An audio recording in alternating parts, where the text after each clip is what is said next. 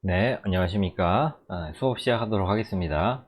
네, 저번 시간에 우리 3D 기본 도형 모델링에 대해서 말씀을 드렸고요. 이번 시간에는 기본 모델링 이외에 CGS 방식에 대해서 먼저 말씀을 드리도록 하겠습니다. CGS 방식은 우리 결합하거나 여러분들 중학교나 중학교 때 배우셨을 것 같아요. 교집합, 합집합, 차집합 이렇게 배우셨는데 그거랑 마찬가지로 모델링을 한다라고 보시면 되겠습니다. 먼저 예를 들어보면요, 요런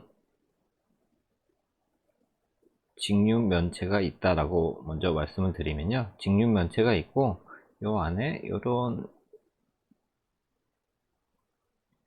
요런 핀이 같이 들어있다라고 했을 때 요 두 개를 합치면 한 물체가 되겠죠. 아니면 요 물체만 빼면 요런 형식이 되겠죠. 요런 형식. 여기는 이렇게 되겠죠. 이런 형식의 물건이 나올 수 있는데, 이런 방식으로 합집합하거나 교집합하거나 차집합하여서 어떤 형상을 만드는 구조를 CSG 방식이라고 보시면 되겠습니다. 그래서 내용을 보시면 기본 객체, 앞에서 배운 기본 도형의 모델링, 박스가 있었고요, 실린더, 피라미드 모양 있었고, 링 모양 있었고, 구 모양 있었죠. 요런 객체들을 이용해 가지고 만드는 방법이고요.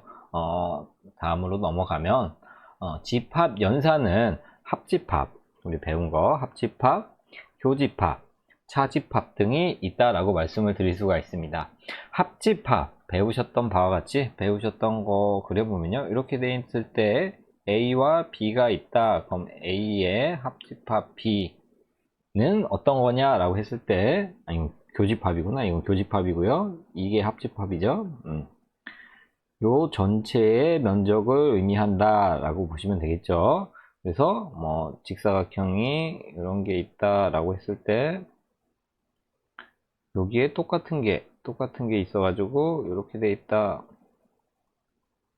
라고 하면 두 가지를 합쳐서 이렇게 나오겠죠. 이런 형식으로 나올 텐데, 이럴 때는 합집합, 교집합은 두 개가 연결돼 있는데 이 부분을 의미하는 게 교집합이 될 거고요. 그리고 차집합은 a 마이너스 b라고 했을 때 a 마이너스 요 모양에서의 a 마이너스 b는 이렇게 되겠죠. 이렇게. 그래서 어떤 기본 객체를 가지고 우리가 어, 연산을 이용해서 합집합하거나 교집합하거나 차집합을 해서 만들 수 있는 게 CGS다. 합집합은 말한 대로 두 개의 객체를 하나로 합쳐서 만드는 것이고요. 교집합은 두 개의 객체가 겹치는 부위만 남기는 방식이고요. 차집합은 한 개의 객체에서 다른 객체를 뺀 것을 우리 차집합으로 해서 만들 수가 있습니다. 그러면 여기서 연산의 순서가 바뀌면 어떻게 될까요? 이럴 경우 합집합, 교집합은 동일한 결과를 낳을 겁니다. 여기에서 이렇게 돼 있고 이렇게 돼 있다. 여기가 A, B 이렇게 돼 있고 이렇게 돼 있다 라고 해서 여기가 B, A일 경우 합집합과 교집합은 두 개 다 동일한 결과를 나오지만 어떤 거일 때요? 합집합이거나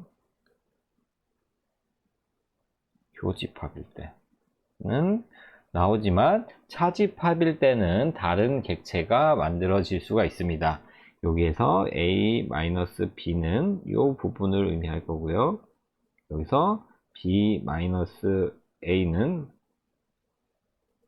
여기서 B-가 아니죠. A-B 똑같이 본다라고 했을 때 그러면 이 부분이 되겠죠. 그래서 차집합일 경우 다른 객체가 만들어질 수 있다라는 특징이 있는 게 CGS라고 보시면 되겠습니다. 이거를 달리 말하면 교집합한다는 병합한다라고 볼 수가 있고요. 차집합 같은 경우 뺀다라고 볼 수가 있습니다. 그래서 CGS 방식에 대해서는 여러분들 기억하고 계시고요. 일반적으로는 카티아나 이런 것들은 다 CGS 형식을 쓴다라고 보시면 되겠죠. 네. 죄송합니다. 네. 형상 병합 및 수정입니다. 객체별 형상을 제작한 후에 객체별로 하나의 형상을 제작한 후에 하나의 형상으로 병합하는 과정을 거치는 걸 형상 병합이라고 하고요. 폴리곤 편집을 통해서 수정을 할 수도 있고요. 수정 도구를 이용해서 수정할 수 있는데 어떤 거를 수정할 수 있는지 보면 크기, 각도, 위치, 두께, 부드러움 정도를 수정할 수 있는 게 형상 병합이라고 보시면 되고요. 수정은 이 부분이라고 보시면 되겠습니다. 그래서 형상 병합을 할 때는 폴리곤 편집을 통해서 수정할 수 있다라는 거 기억해 두시면 되겠고요. 그럼 크기, 두께, 각도 수정에 어떻게 하는지 보면요. 3D 디자인 소프트웨어입니다. 3D 디자인 소프트웨어, 설계 소프트웨어라고도 얘기할 수 있고요. 여러분들 배우실 카티아, 인벤터 이런 것들 등이 되겠죠. 유지도 있고 프로이도 있고 여러 가지 프로그램들이 많습니다. 프로그램에서 크기 측정 도구를 이용해 가지고 뷰에서 크기를 측정한 후에 도면과 크기가 다르다라고 하면 스케일을 스케일, 오토캐드에서는 SC를 의미하는 거겠죠. 스케일, 크기를 크거나 작게 1.5배, 2배 이렇게 할 수 있다는 거고요. 또 다른 방법은 형상 속성값, 우리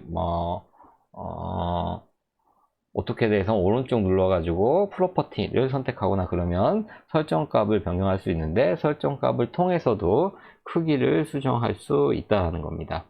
각도의 경우 수정 방향과 맞는지 확인하시고 수정 작업을 수행하셔야 된다라는 겁니다.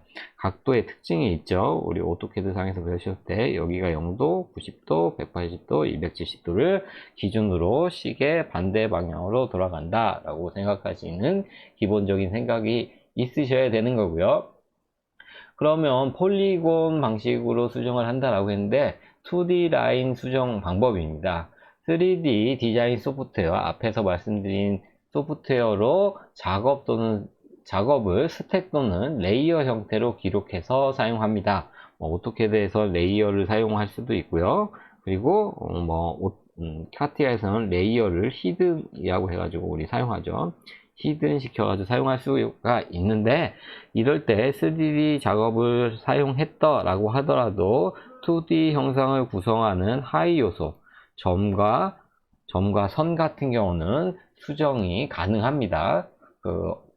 수정을 한다라고 해서 모델링을 다시 그려야 되는 게 아니고 그 정보를 받아다가 작업을 한 거기 때문에 2D 라인 점선 수정이 가능하다라고 말씀을 드릴 수가 있습니다.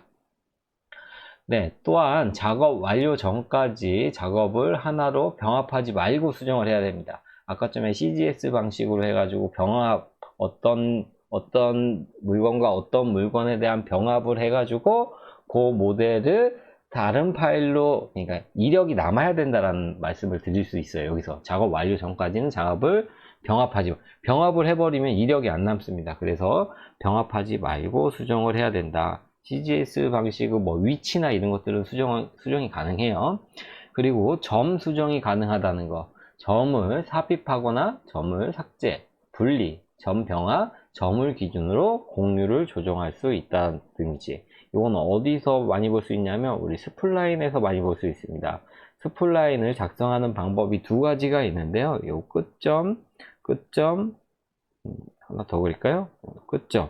여기서 요 점을 수정하면 이렇게 안으로 들어가면 얘가 요 점을 기점으로 이렇게 수정이 되거든요. 이 R이 자연스럽게 올라갈 수 있도록 이렇게 수정이 되는데 점을 기준으로 할 수도 있고요. 아니면 점에 대한 각도를 기준으로 할 수도 있습니다. 그래서 공률 조정이 가능하다. 이런 게 공률이죠. 공률을 의미하는 거죠.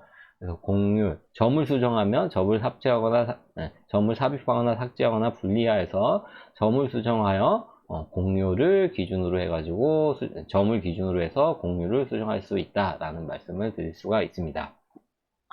또한 선 수정도 가능하다라고 했죠. 아까쯤 앞에서. 그래서 선 수정 같은 경우 선의 삽입, 삭제, 점분할 이렇게 사각형이 있다라고 하면 각각 분할하는 거죠. 각각 분할할 때 오토캐드에선 익스플로드로 해가지고 우리 분할을 해버리죠. 그리고 선 연결 등을 수정할 수 있다라는 겁니다. 이건 뭐 기본적으로 여러분들이 카티아나 오토캐드를 사용하셨다라고 하면 이해가 금방 되실 거라고 생각이 됩니다. 또한 2D에서 도형 수정 기능입니다. 도형, 우리 CGS 방식, 그거는 솔리드를 기준으로 해가지고 합치는 방식인데 그거와 비슷하다라고 생각하시면 되겠습니다. 도형 합치기, 도형의 집합 연산 세 가지가 있었죠. 합집합, 교집합, 차집합. 그리고 모서리를 둥글게 만드는 거. 우리 2D, 여기 3D가 아니니까요. 2D 이렇게 있다라고 하면 오토캐드 상에서 이렇게 필렛 넣는 거 배우셨죠? 이렇게 모서리를 둥글게 만들 수 있는 게 도형 수정이다 라고 보시면 되겠습니다. 어떻게 보면 선과 선에 대한 수정인데요. 이게 그 사각형이나 이들 하나의 객체로 있을 때는 이 객체 전체를 2D로 보기 때문에 말씀을 드리는 거다 라고 말씀드리겠습니다. 네, 폴리곤 수정입니다. 폴리곤을 구성하는 하위 형상이 점선면입니다. 점선면을 수정을 통해서 이루어지는 것입니다. 앞에 부분이랑 거의 유사하다라고 보시면 돼요. 그 대신 이제 분할이나 이런 것들은 없다라고 보시면 되겠고, 여기서는 삽입하고 삭제, 그리고 점 분할, 병합, 그리고 점의 위치, 뭐 곡률 등을 수정할 수 있는 건 아니고요. 그래서 이런 것들을 사용할 수 있다. 앞에랑 뭐 비슷합니다.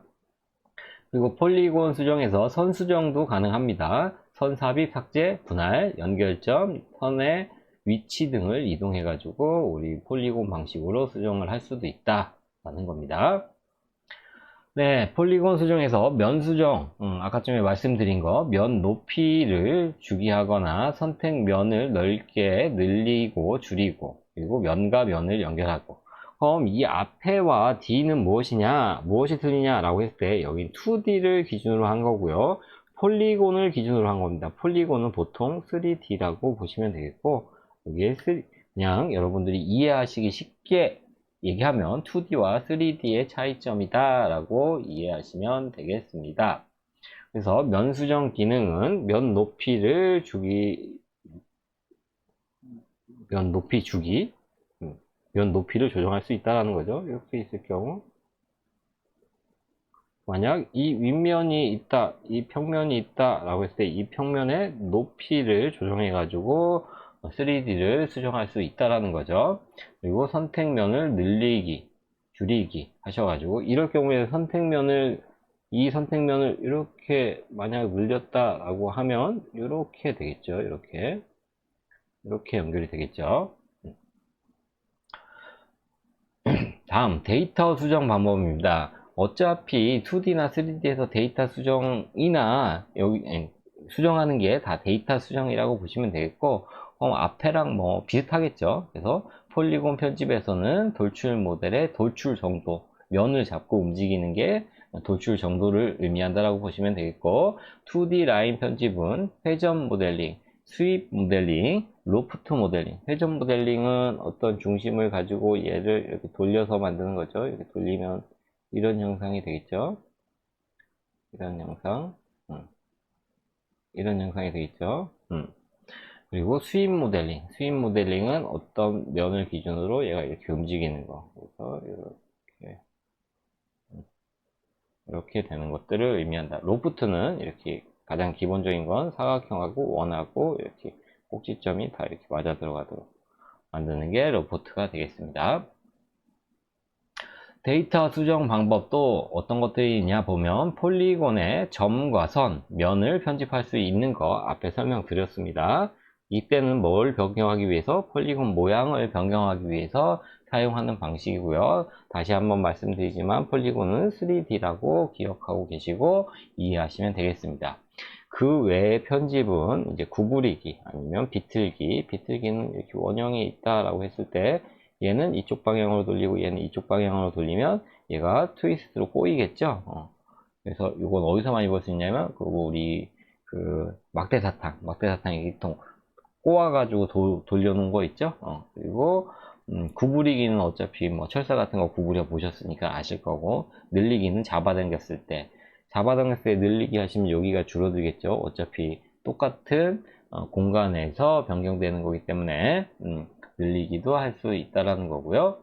부분으로 형상을 제작할 수도 있습니다. 우선적으로 부분 형상이 제작이 이루어진 상태에서 우리 할 수 있고요. 주의할 점은 모두 동일한 작업 환경을 이용해야 된다. 폴리곤 방식을 이용하든 3D 방식을 이용하든 같은 작업 환경에서 작업을 해야 된다라는 겁니다. 그럼 부품 형상 제작에 대해서 더 알아보면요. 동일한 좌표계와 동일한 스케일에서 사용을 해야 된다는 거예요. 좌표계 같은 경우 우리 직각 좌표계가 있고요. 원형 좌표계가 있죠. 그러니까 이렇게 회전 하는 게 있고요. 구좌표계도 있고 뭐 여러 가지 좌표계가 있는데, 좌표계가 동일한 상태에서 부분 형상 제작이 가능하다는 거고요. 스케일 환경도 마찬가지죠. 우리 SC를 의미합니다. 그래서 부분 형상을 제작해야 조립이 용이하다라고 되어 있고요.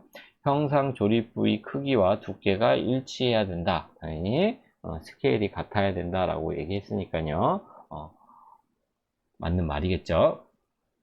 다음으로 3D 프린터에 따른 형상 데이터 변경입니다. 한번 읽어보면요. 3D 프린터는 출력 가능한 해상도가 다르다고 얘기합니다.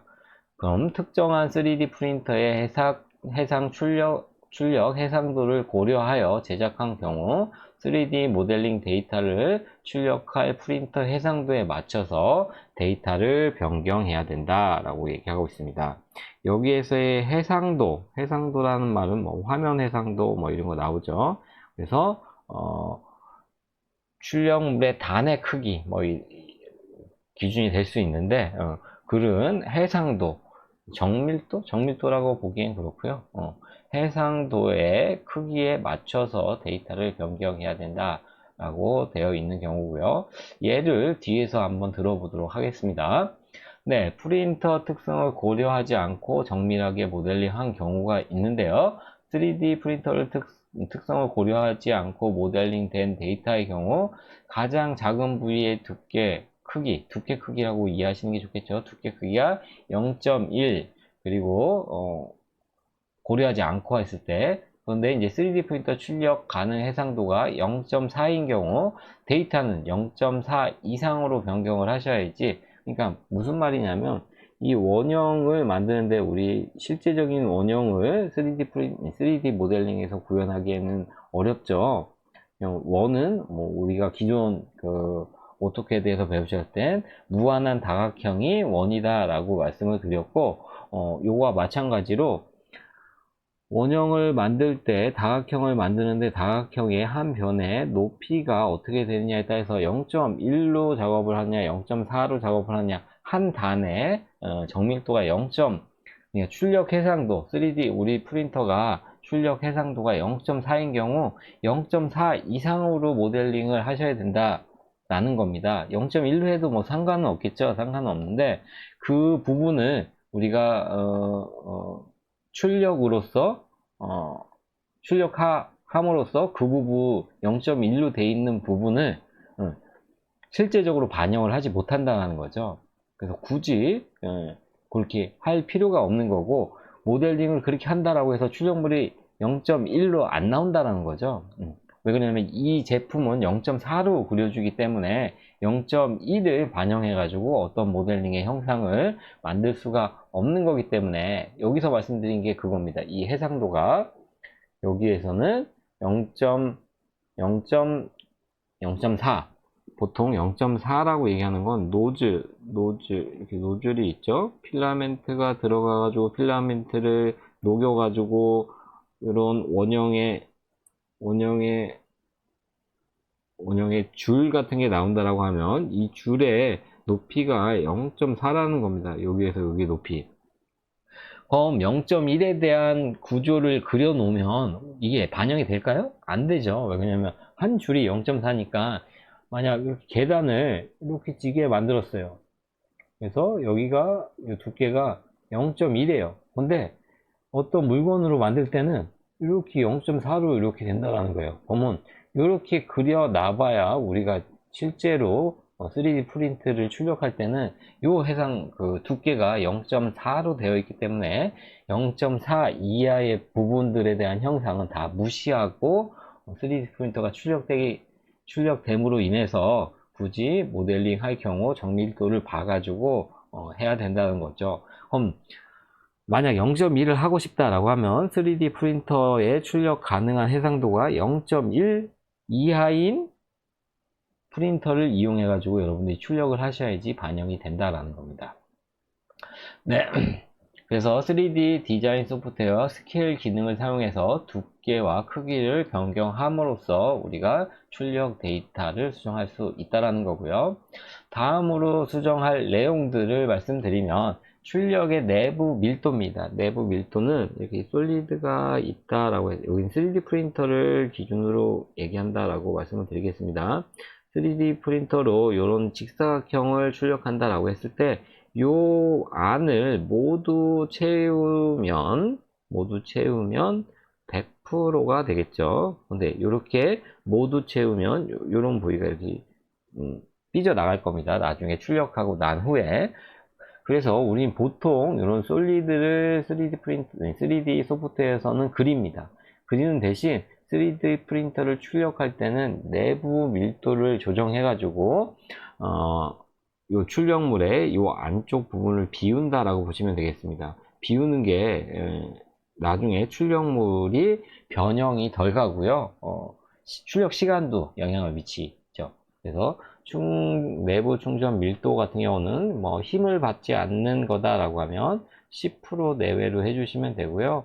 뭐 한 30% PLA를 기준으로 30%만 해도 어느 정도의 힘은 우리가 막을 수 있다는 거죠. 이 말은 무슨 뜻이냐면 이 사각형 안에 선이 이렇게 지나치는데 이 면적 대비 이 선의 두께를 곱하면 면적이 또 나오겠죠. 이렇게 하면 요 면적이 나올 텐데 요 면적이 10%냐 30%냐를 의미하는 겁니다. 그래서 더 늘리고 싶다라면 이렇게 또 할 수 있고요. 아니면 여기 부분을 한 번 더 그려주면 내부 밀도가 높아지겠죠.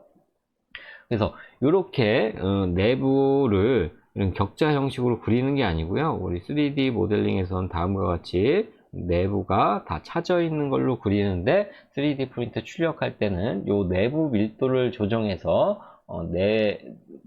내부에 채워지는 형상을 어느 정도 감안해서 프린트 해준다라고 기억하시면 되겠습니다. 그래서 설명한 부분을 읽어보면요. 출력물 내부를 채우기 위한 밀도를 설정한다 라고 되어 있고요. 보통 영어로는 인필이라고 얘기합니다. 인필 사이즈라고 얘기하는데요. 출력 내부감이 높을수록 내부 재료를 많이 채워 밀도가 높아진다 라고 되어 있고요. 100%가 최대겠죠.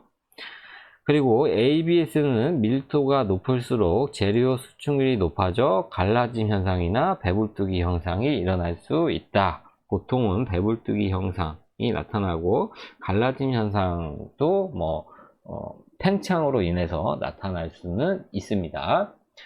네, 그래서 첫 번째 시간 출력 앞에 배운 거와 연관해 가지고 2D에서 아니면 폴리곤 방식에서 변경하는 방법에 대해서 배웠고요. 맨 처음에는 CGS에 대해서 배웠고, 그리고 그거에 대한 해상도 얘기, 노즐을 빗대어서 말씀드렸던 거 이해를 하시면 됩니다. 그리고 CGS는 기억해 놓으셔야 되고요. 네, 그래서 여기까지 하고 다음 시간에 또 수업 계속 진행하도록 하겠습니다. 네, 모두 수고하셨습니다.